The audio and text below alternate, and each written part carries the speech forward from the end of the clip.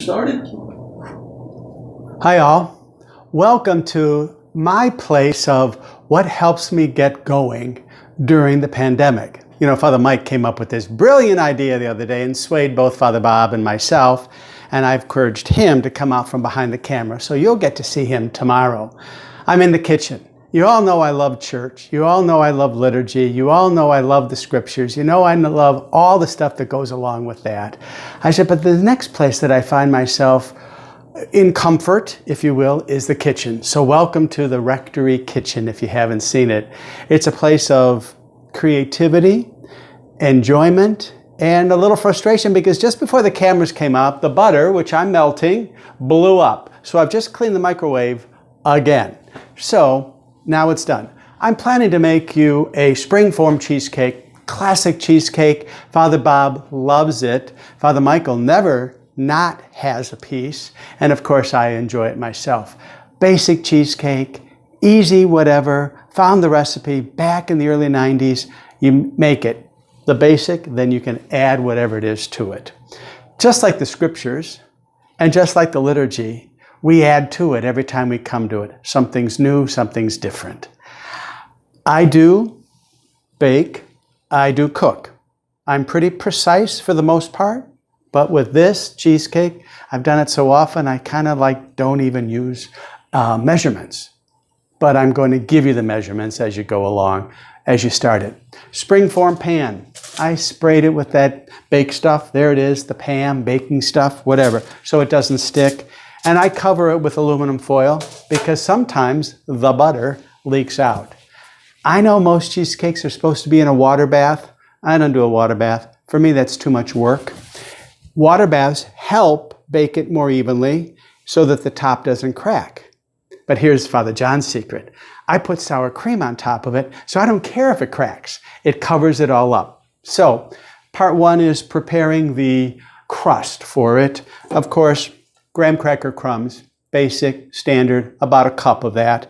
And then I add about a half a cup of some other kind of ingredients. I make a nut meal. I take all the nuts that are left over that nobody wants to eat, like Father Mike, and I just ground them down and I add that to the mixture.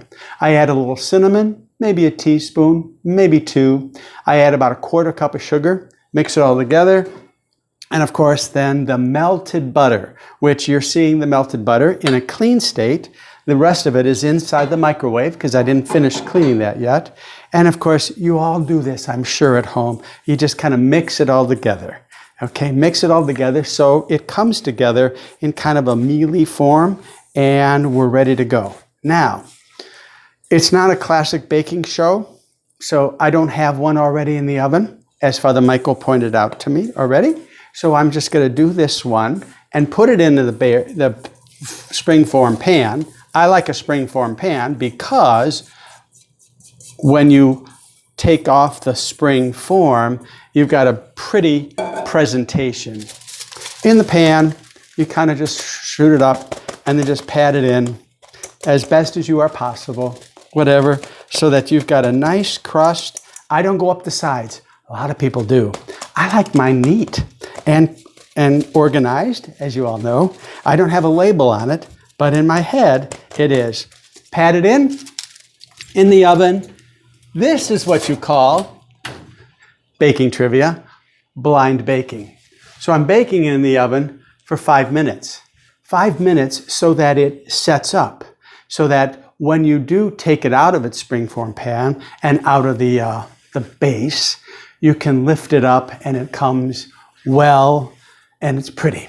While that's baking, 5 minutes, watch the clock, 12:21, we got to watch the clock. So now what I've done is I've room temperatured 3 blocks, 8 ounces each of cream cheese. 3 blocks. There in the mixer. It's easy, easy, easy, easy. I don't use sugar. I found a recipe and then I replaced it with sweetened condensed milk. So I add sweetened condensed milk to the mixture and just let it all blend away. Blend away. We may not have time to see the whole product before we have to cut, but there we go. So we're doing that. The cream cheese, it's a lot of noise. I like it. Some people bake mix it in the mixer a long time. I just get it incorporated, try to get the rest of the sweetened condensed milk out.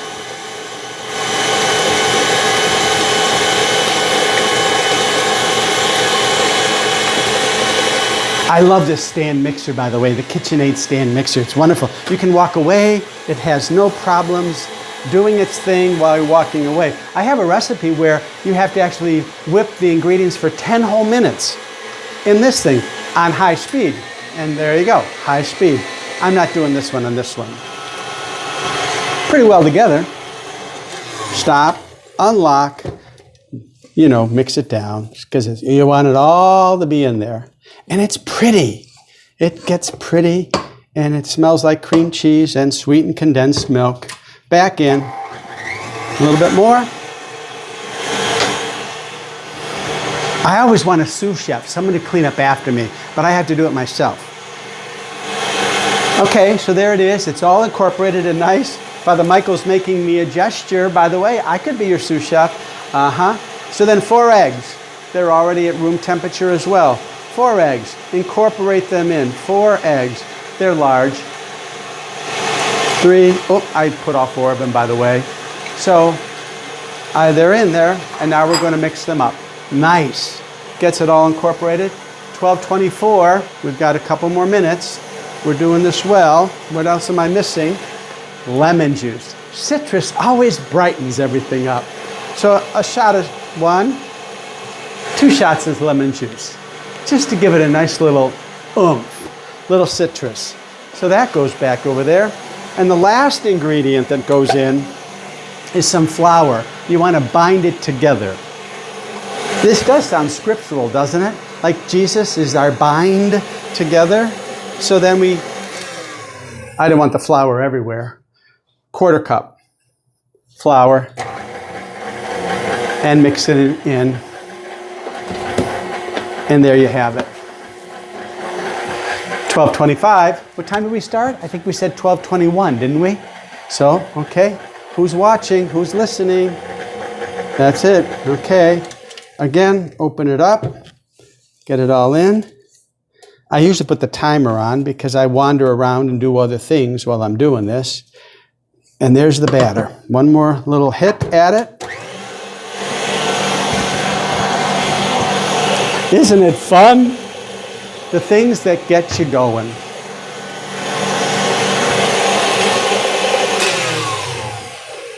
There's the batter. There we go. And the gloves go on. Give or take 5 minutes. Sometimes do 4, sometimes 6. I kind of want to watch. There, 12:26. Imagine that. I've got it down pat, so I can do that batter in 5 minutes, and then that's ready. See? When you're skilled. Not everybody's skilled. And I don't get skilled on other things. There you go. And there's our batter. Beautiful mixture batter. Light, fluffy. And you can watch this. If I can pour it this way, I might make a mess. See it? How nice.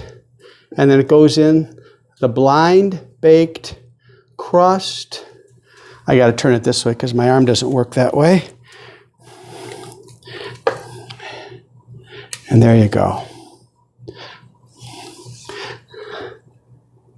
I kind of want to say it's foolproof, but there's been some bloopers that I've had over the years. There it is, in the mixture. I always kind of like to get it in the oven at a certain time so I know 50 minutes. 50 minutes, preheated, as you know, but 350 degree oven. There we go. And I'll set some timer somewhere along the way. 12:27. So there's a cheesecake. There you go. We'll come back later when you see it's all done. Things that keep me going, creativity, and I enjoy it. See you later. Press go. So the bell just rang, the timer, so it's been 50 minutes.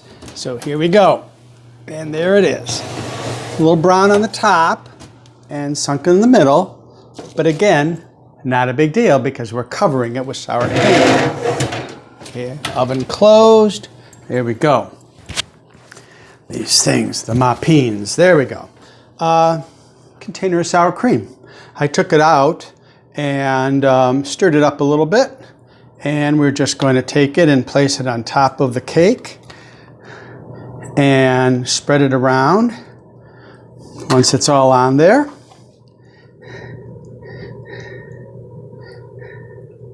Again, how beautiful is this? Again, somebody asked me, not recently, but like, do you use real cream cheese or do you use fat-free? Fat-free will definitely change the consistency and also the baking of it. So I used real cream cheese brand. And then same with the sour cream. No fat-free. Again, you eat a small piece of it on occasion, not the whole thing. And it's all as good. There we go. So it's, and then it goes back into the oven for 10 minutes. Now, my mom used to take the sour cream and she would mix it with sugar. So it was extra sweet. But what I found out with the sweetened condensed milk, it's sweet enough. And the little sour cream is just a nice little contrast to the sweetness. And it's not too sweet anyway.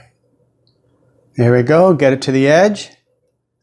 Smooth it out.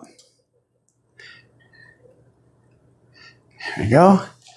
And it goes right back into the oven for now 10 minutes to set the sour cream. And this way, when you unform it and you put it on your dessert plates and you have it outside for your dinner party, it can set outside out of the refrigerator for a good while because the sour cream is set and it won't cause any problems.